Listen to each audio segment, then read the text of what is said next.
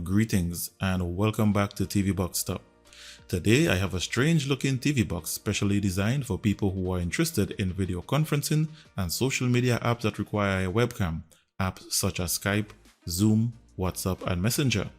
Presenting the T95 C1 webcam TV box.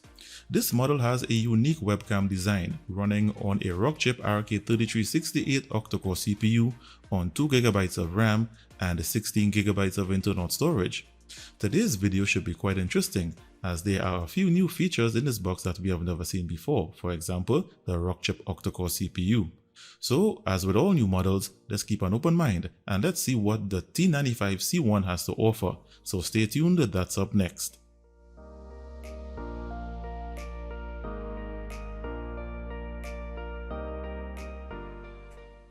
So I'm back, and in the box you have the usual contents. You have the TV box itself, one IR remote, one HDMI cable, a 5V 2A DC power adapter, and a user's manual. Let's take a look at its design and ports. The body is made of plastic and it takes the shape of a large webcam with a 360-degree bracket to fasten it to the top of your TV or monitor. To the rear, you have one HDMI port, two USB 2.0 ports, one RJ45 Ethernet LAN port, one audio-video port, one micro SD card reader, and a DC power input. To the front, you have an LED power light and an 8-megapixel camera. There is nothing to the top and sides. And below the box, you have a few ventilation holes. So I'll set this up on my TV and continue. So I'm back, and the C1 starts with a short boot up animation for a few seconds, then you're taken directly to the launcher. So the launcher has a very basic layout with these large main icons that can be changed and a shortcuts bar here at the bottom.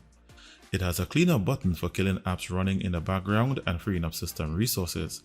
And this launcher does not have a navigation bar or a status bar, which comes in handy when navigating with mouse pointers.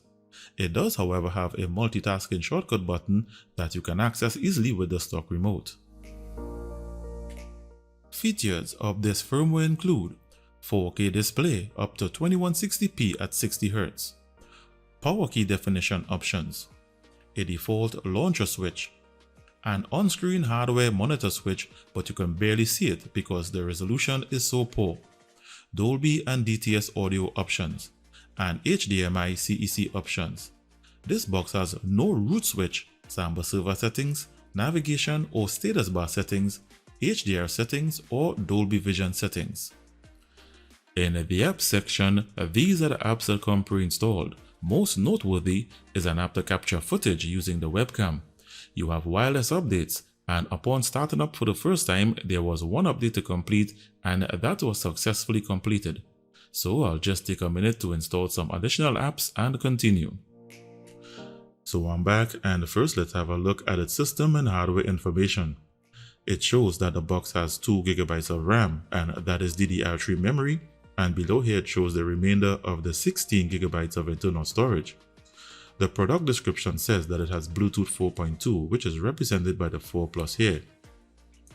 The model of the mainboard is the RK30, and this is for those who are interested in creating custom ROMs. The CPU, which is the RK3368, is an octa-core CPU clocked at 1.5 GHz, configured in 64-bit mode. As you can see here below, it says it has support for both 32 and 64-bit ABIs. This means it can run both 32 and 64-bit applications. Its display is powered by the PowerVR Rouge G6110 GPU with a refresh rate of 60Hz and open GLES CM 1.1, which is not recommended for gaming. Under network, it shows that the 5 GHz band is supported. Something interesting happens when you click on the Android information. The app crashes, and the same happens when you try to click on the temperature tab. Under codecs, it has all the decoders for the playback of 4K videos, but there are no Dolby or DTS decoders in this list. So that's it for system and hardware information, and let's now look at some benchmarks. First, its RAM copy speed and its internal storage read and write speeds. The T95 C1 has a RAM copy speed of 2932 MB per second, and its internal storage has a read speed of 79 MB per second and a write speed of 78. These are some low scores, the kind of scores you get from low-end budget TV boxes. Next, its Wi-Fi and Ethernet LAN speed test. The results show that it has maximum bandwidth on the 5 GHz band only. The 2.4 GHz band fell below by 52%, and the LAN port could only achieve 74% of my maximum bandwidth of 100 megabits per second. So for the best internet bandwidth, use the 5 GHz band. Next, the results of the Antutu benchmark. The C1 got a score of 45,380. This is a low score that would see it placed somewhere at the lower end of the chart. Next, the results of the Geekbench 4 CPU benchmark. In this test, it got a score of 532 single-core and 1,247 multi-core. Not so much of a bad score, but consistent with other budget models. The final benchmark are the results of the 3DMark Gamers Bench GPU benchmark. In this test, it scored 3,360 in the iStorm Extreme test and 212 in the Slingshot test.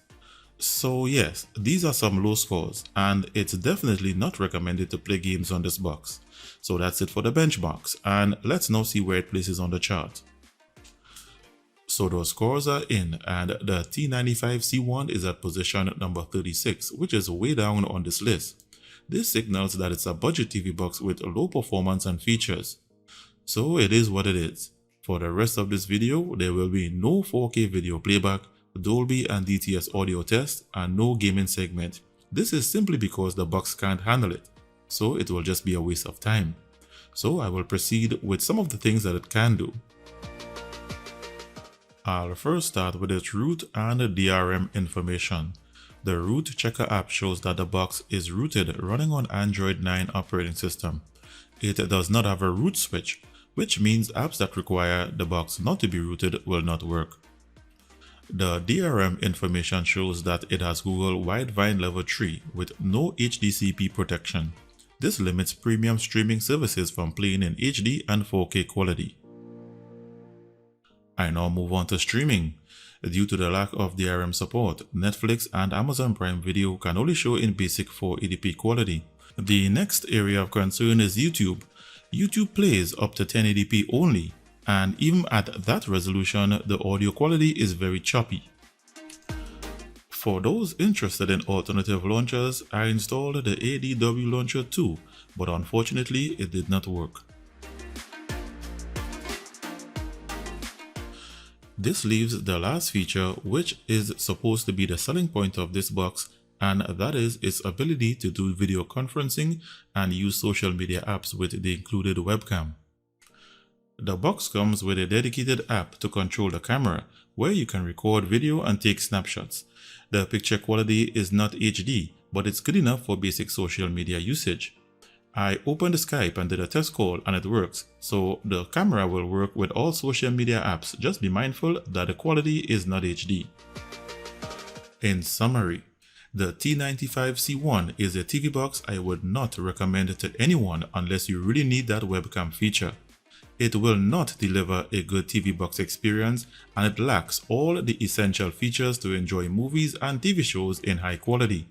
Also, the average price of $67 is in no way value for money with this device. With that said, if you must have this TV box just for the camera feature alone, then see the link in the description below this video. Thanks for watching. Give this video the thumbs up if the information contained in this video was of value. If you are a first-time viewer, be sure to hit the subscribe button and the notifications bell before leaving to be notified via email when I release new videos or decide to do a giveaway. Stay tuned and I'll be seeing you in the next one.